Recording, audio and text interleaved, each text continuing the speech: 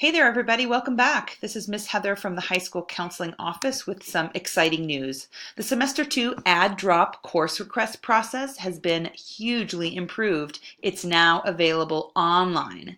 So no need to come to the counseling office during your breaks or lunches to stand in huge crowds, muscling your way to a notebook to write down your course requests.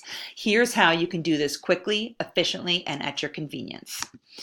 Everyone should have received an email with a link to a Google form to make your request.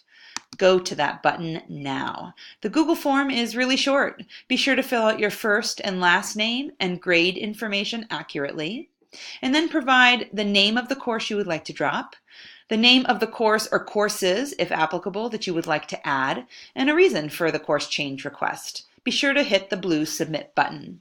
Please be sure that counselors take seriously all of your course change requests and consider them in the context of many factors. One is your diploma program, your university placement plans, the capacity of those courses already, etc. So we will get back to you with a decision as efficiently as we possibly can. The good news is you don't have to come to the office for that either. The counselors will contact you with a decision about your course change request via email, most likely. If the course change request is reasonable and possible, you'll receive that information via email and with an update in your PowerSchool account. If the course change is also not possible, you will receive that information online with a reason why.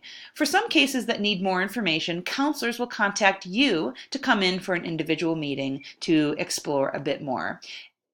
At all times, students do not need to come into the counseling office unless called upon to complete their schedule.